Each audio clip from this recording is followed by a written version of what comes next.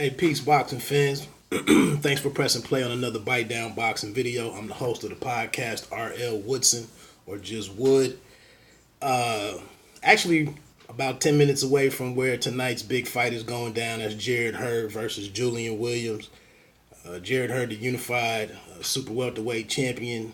And in the red corner will be Julian Williams, a one-time world challenger.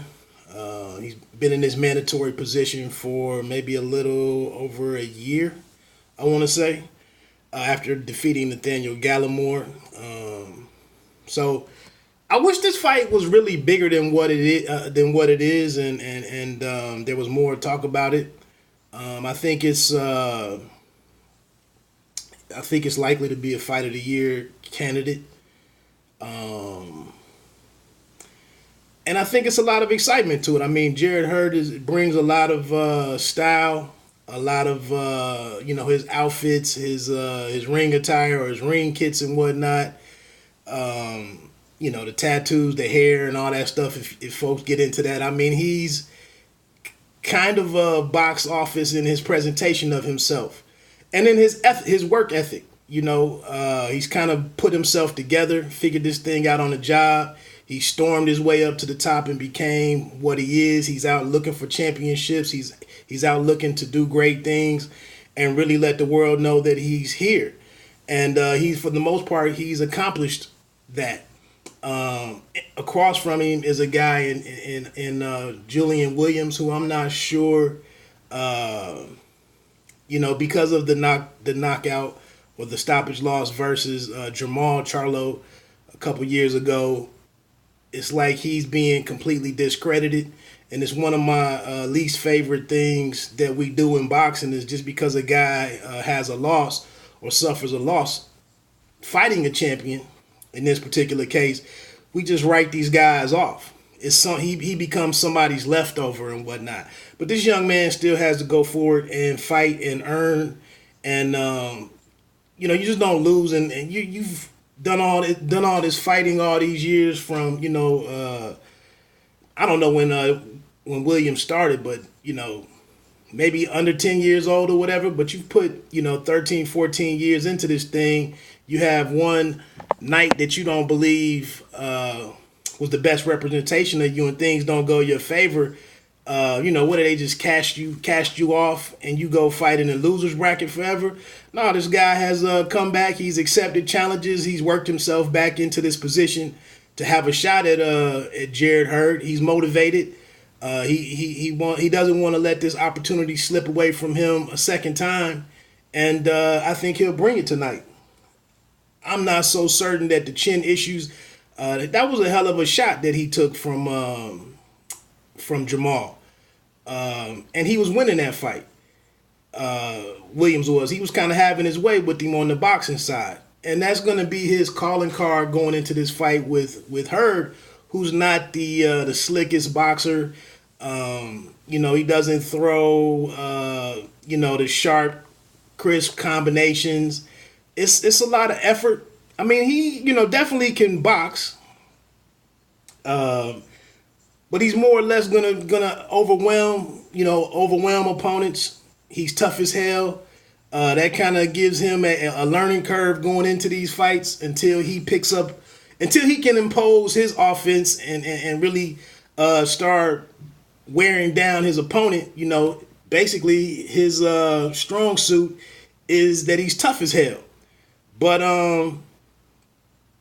I think Julian Williams can. I really want to go against the public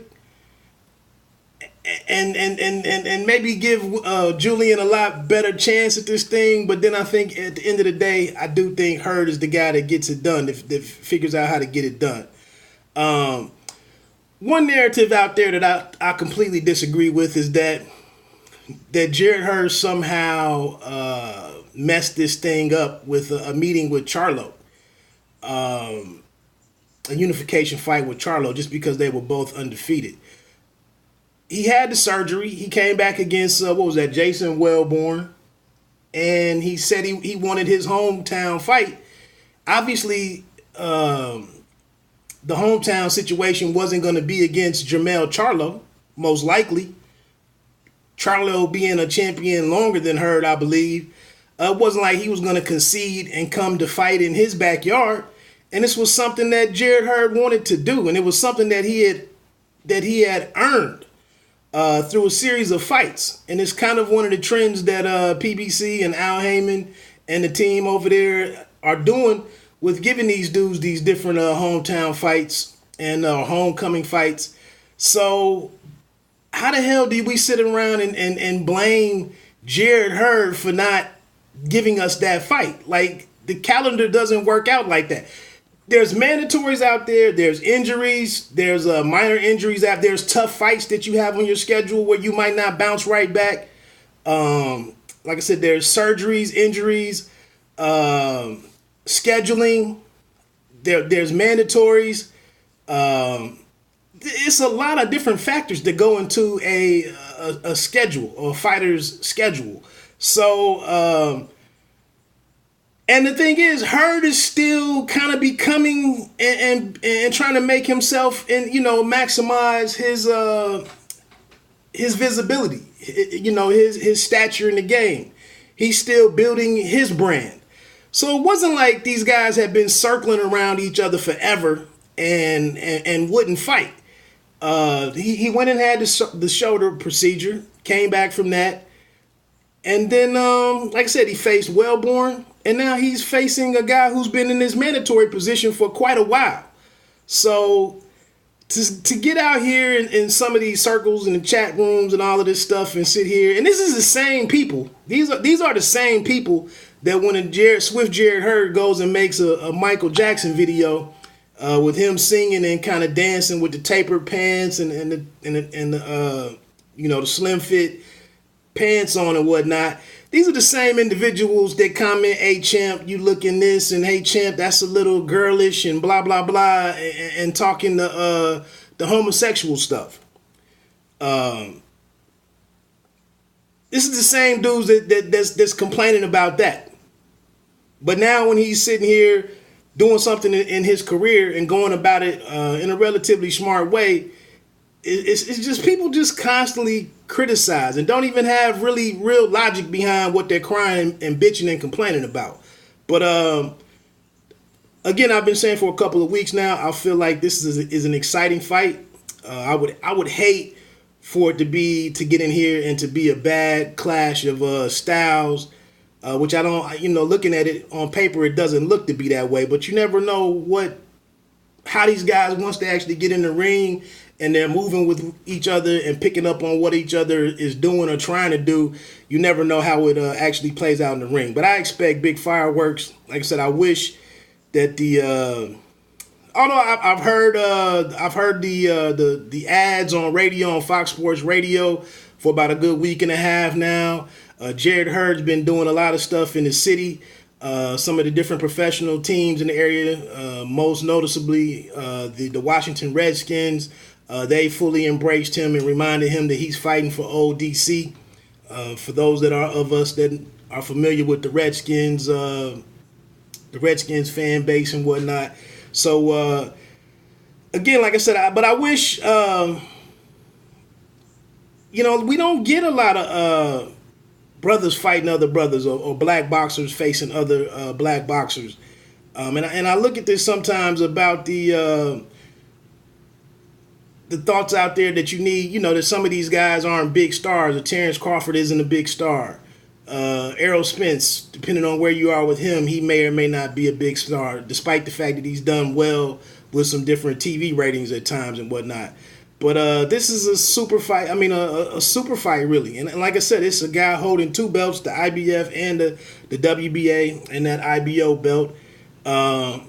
It's a lot on the line. And Julian Williams, has a chance to redeem himself, to prove to the world that he really is the world champion that he thought, that he was headed to be. He gets a second chance at that.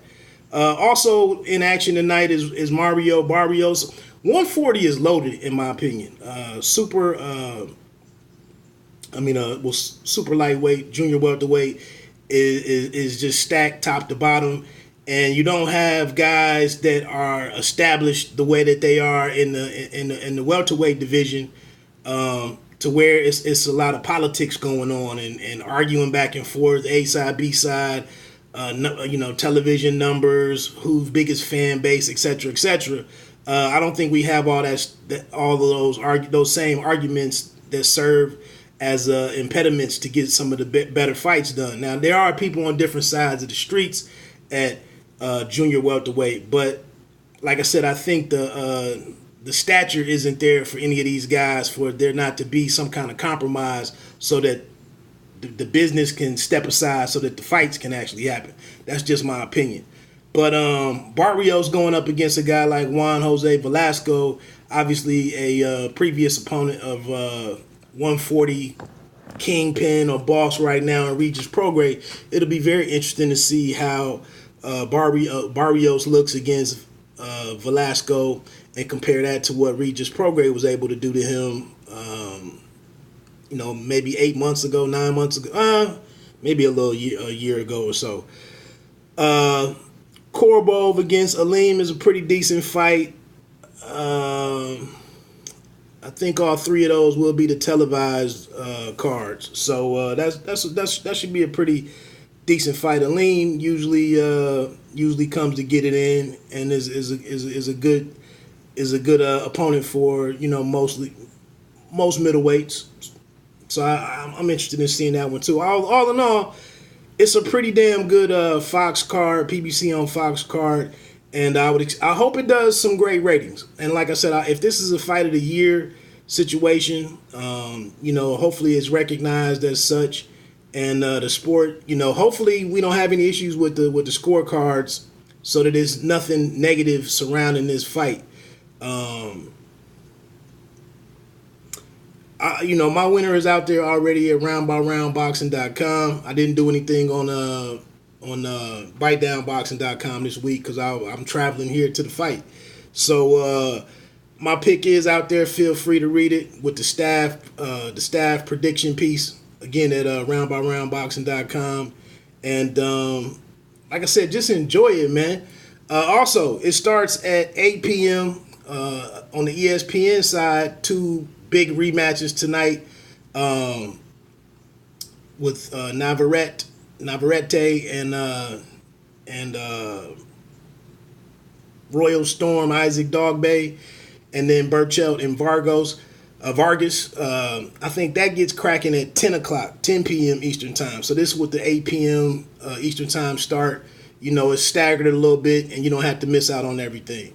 Or you got some options depending on what's happening and what you really want to see. So let me get on out of here, man. Got a couple things I'm going to get in order before I get on the road to head over to the arena. And hopefully right now I'm dealing with some internet issues, some Wi-Fi stuff, so I can't get up some of the content that I wanted to. But, I definitely did want to check back in and speak on a few things regarding this fight. That's it, man. Enjoy yourself tonight. Great boxing night. We should all be happy. We'll see what the Fox on-air team, we'll see what they do. We'll see if Jerry Cooney, if they work him in somehow. That's it, man. I'm out. 1.